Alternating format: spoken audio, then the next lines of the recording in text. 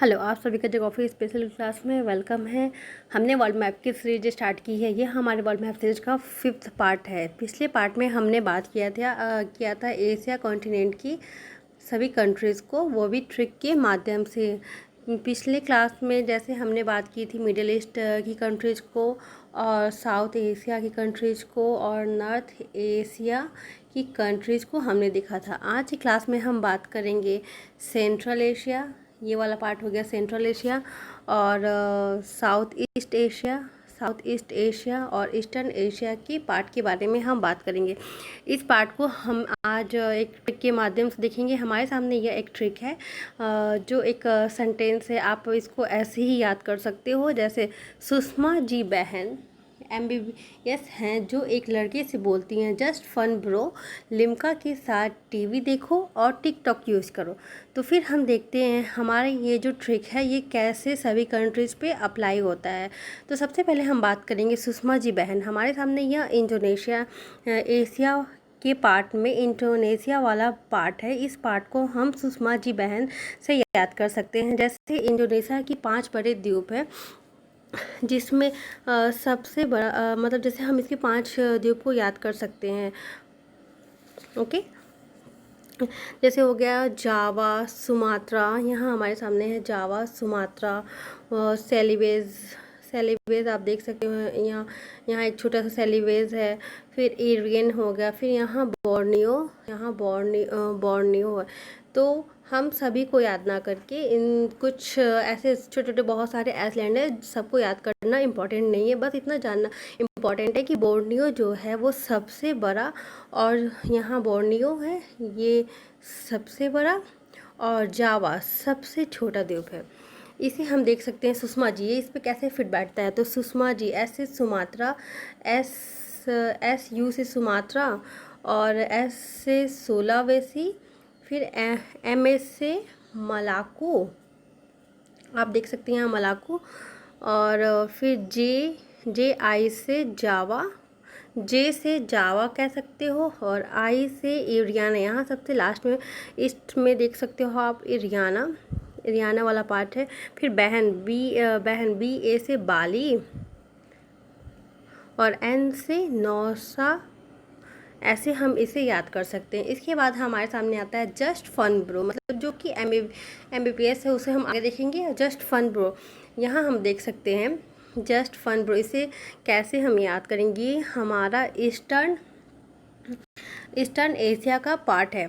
यहाँ देख सकते हैं इसे just fun bro. Just say हो गया Japan, south Korea, S T से हो गया साउथ कोरिया, एस से आप साउथ कोरिया कह सकते हो, टी से ताइवान, और फन को आप को PH लिख सकते हो, और PS से हो गया फिलीपींस, और बी से हो गया यहाँ बोर्नियो, ये इंडोनेशिया वाला पार्ट जिसे हमने अभी देखा था, ये हो गया बोर्नियो। तो फिर हम सब ये भी जानते हैं कि जापान को सूर्योदय का देश कहा जाता है।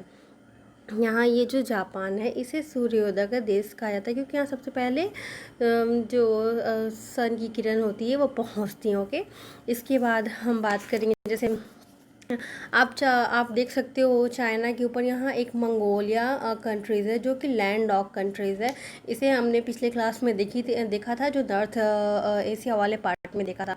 फिर दक्षिण कोरिया, साउथ कोरिया, और इसे साउथ कोरिया और नॉर्थ कोरिया यहाँ 2 पार्ट में ये डिवाइड है।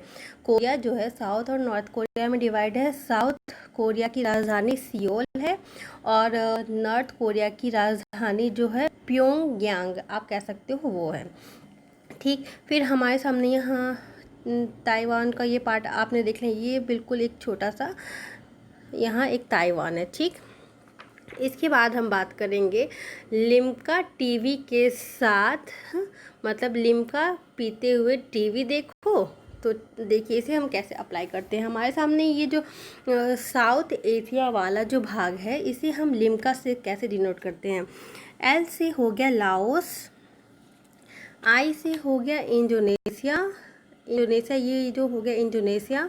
एम से हो गया आपका म्यांमार, आप यहाँ देख सकते हो ये म्यांमार है, बिल्कुल यहाँ हो गया म्यांमार। सी से हो गया कंबोडिया, और टी से हो गया आपका थाईलैंड, और वी से हो गया वियतनाम। ये जो लाओस के ऊपर में आप देख सकते हो ये है वियतनाम। इन सभी कंट्रीज़ के बारे में हम थोड़ा बहुत डिस्कस मतलब छोटी छोटी जो फैक्ट्स हैं उन्हें आप बताती हूँ। जैसे म्यांमार जो है, म्यांमार को स्वर्णिम पेंगोंडा का देश कहा जाता है, क्योंकि यह यहाँ खूबसूरत बौद्ध मंदिर है। ये जो म्यांमार है इसको यहाँ बहुत से खूबसूरत बौद्ध मंदिर का निर्माण है, मतलब मंदिर है। इंडिया और म्यांमार के बीच एक आराकान योमा पर्वत है। मतलब ये आप इस मैप में आपको दिख रहा है, ये जो पार्ट ब्लू वाला है ये इंडिया का, यहाँ इंडिया और म्यांमार को ये डिवाइड करता है, आराकान योमा पर्वत। इसके बाद हम बात करते हैं लाओस। आप यहाँ देख सकते हो लाओस, ये देखो आप, ये लैंडलॉक कंट्रीज़ हैं। लैंडलॉक मतलब जो चारों तरफ से कंट्रीज के साथ घिरा हो, एक भी इसका पार्ट लाओस जो है लैंडलॉक उसे कहते हैं, जो पानी से उसका कोई भी हिस्सा ना मिले कंट्रीज़ का, उसे लैंडलॉक कहते हैं। तो ये लाओस जो हो गया लैंडलॉक कंट्रीज़ है, और ये दक्षिण पूर्व एशिया का सबसे, मतलब जैसे साउथ ईस्ट एशिया का एक लैंडलॉक कंट्री। ओके, इसकी बात करेंगे। लाओस की राजधानी जो है वियंतियान है। इसे थोड़ा पढ़ना जो मेकांग नदी पर है, और मेकांग नदी दक्षिण पूर्व एशिया की सबसे लंबी नदी है। इसकी जो राजधानी है ये मेकांग नदी पे है, और मेकांग नदी दक्षिण पूर्व एशिया की सबसे लंबी नदी है। ओके, इसके बाद हम बात करेंगे इंडोनेशिया के बारे में, तो हमने अभी ये डिस्कस किया था कुछ देर पहले। इसके बाद हम बात करेंगे थाईलैंड। थाईलैंड आप देख सकते हो यहाँ पे है थाईलैंड। थाईलैंड जो होता है उजले हाथियों का देश कहा जाता है। मतलब यहाँ उजले जो हाथी हैं काफ़ी ज़्यादा मात्रा में पाए जाते हैं, और साउथ ईस्ट एशिया का इसे चावल का कटोरा भी कहा जाता है। ओके, इसके बाद बात करेंगे हम कंबोडिया यहाँ है, और वियतनाम का जो कैपिटल है वो हनोई इसका कैपिटल है, और यह रेड रिवर पर है। ठीक, वियतनाम जो है रेड रिवर पे है। इसके बाद हमने देखा MBPS। एम सी हो गया मलेशिया आप देख सकते हो इंडोनेशिया वाले पार्ट में यहाँ है मलेशिया, कुछ पार्ट इसका यहाँ है और कुछ पार्ट इसका मलेशिया का यहाँ है। फिर आप देख सकते हो बी से ब्रनोई, यहाँ ब्रनोई MBPS। पी से यहाँ एक पपुआ न्यू गिनी करके एक पार्ट है जिसे हम पी से डिनोट कर सकते हैं, और एस से हो गया हमारा सिंगापुर। ओके, ऐसे हम देख सकते हैं सिंगापुर यहाँ है। तो फिर इन सभी कंट्रीज़ के बारे में हम थोड़ी बहुत डिस्कस कर सकते हैं। जैसे सिंगापुर कंट्री, ये साउथ ईस्ट एशिया का सबसे छोटा देश है। ये जो सिंगापुर है ये साउथ ईस्ट एशिया का सबसे छोटा देश है। यहाँ शेरों का शहर कहा जाता है, और साउथ ईस्ट एशिया जो है यहाँ मतलब सबसे ज़्यादा प्रति व्यक्ति आय यहीं पर है।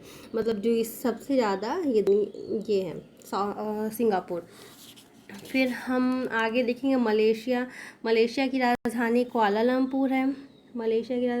और मलेशिया तथा सिंगापुर के बीच जोहार जल संधि है। ओके, बिल्कुल मलेशिया और सिंगापुर के बीच में आप यहाँ देख सकते हैं इस मैप में आपको मैं जूम करके दिखाती हूँ। ये जो मलेशिया और सिंगापुर के बीच में है ये है, यहाँ पे जो इसे अलग करती है वो है जोहर जल संधि। ठीक, इसके बाद हम बात करेंगे आगे की कंट्रीज़ के बारे में। जैसे हम देख सकते हैं नेक्स्ट मैप में टिकटॉक देखो, जो लास्ट में हमने कहा था टिकटॉक देखो, तो ये जो अरल सी है और टिकटॉक देखो, और सी हो गया हमारा अरल सी। पिछले क्लास में हमने कैस्पियन सी के बारे में बात की थी।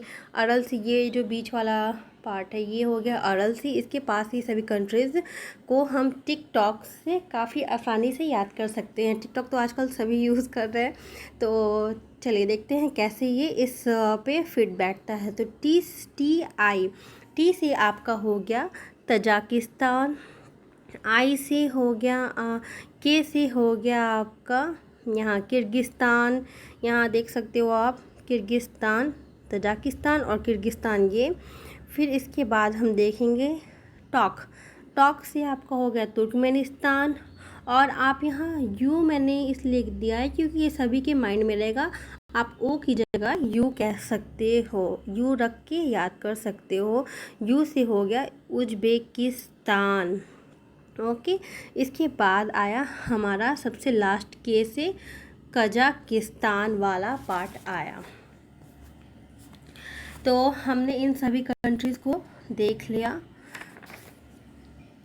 फिर हमने पिछले क्लास में देखा था कि जैसे एशिया का ये जो इंडोनेशिया वाला पार्ट है, ये इक्वेटर से होके क्रॉस कर रहा है। तो आप देख सकते हो इंडोनेशिया से सुमात्रा, ब्रुनई ये क्रॉस कर रहे हैं। 3 कंट्रीज़ हैं जो इक्वेटर लाइन से पास होती हैं। हम इसे एक मैप के द्वारा भी देख सकते हैं। फिर मिडिल ईस्ट कंट्रीज़ के बारे में हमने पिछले क्लास में देखा था। और फिर कैस्पियन सी के बारे में भी हमने देखा था। कैस्पियन सी के बारे में भी देखा था, विराट। और ये जो इसके लिए एक सेंटेंस देखा था। ऐसे हम एशिया की सभी कंट्रीज़ को आसानी से याद कर सकते हैं। ओके, मैं बिल्कुल छोटे छोटे मैप मेरा जो वीडियो है मैं छोटा इसलिए कर रही हूँ ताकि आप सभी को याद करने में आसानी हो और ज़्यादा प्रॉब्लम ना हो याद करने में। छोटा छोटा रहेगा तो माइंड में जल्दी फिट बैठेगा। और ये जो भी मैंने बताया इसको आप सब जाकर मैप के द्वारा देखना, तो आपको काफ़ी ही आसानी होगी देखने में। हमने चाइना के बारे में पिछले क्लास में डिस्कस किया था। तो चाइना जो है इसकी राजधानी बीजिंग है, ये हम जानते हैं। और इसका जो चाइना है यहाँ एक मरुस्थल है, डेजर्ट, जिसे तकलामाकन कहते हैं, तकलामाकन कहते हैं। और यह चीन का एशिया हम कह सकते हैं। यहाँ देखें, चाइना को हम एशिया का असगर के नाम से भी जानते हैं। फिर यहाँ जो एक मरुस्थल है उसे गोबी मरुस्थल, ये काफ़ी ही फेमस है और अक्सर एग्ज़ाम में पूछ लिया जाता है गोबी मरुस्थल के बारे में। फिर उत्तर इसके नॉर्थ में मंगोलिया है, मंगोलिया के साथ ये सीमा बनाती है। ठीक, तो हमने सभी देश के बारे में थोड़ा बहुत देख लिया। फिर इतना आज के लिए काफ़ी है। इसके बाद हम नेक्स्ट क्लास में बात करेंगे। उम्मीद है आप सभी को यह क्लास पसंद आई होगी। थैंक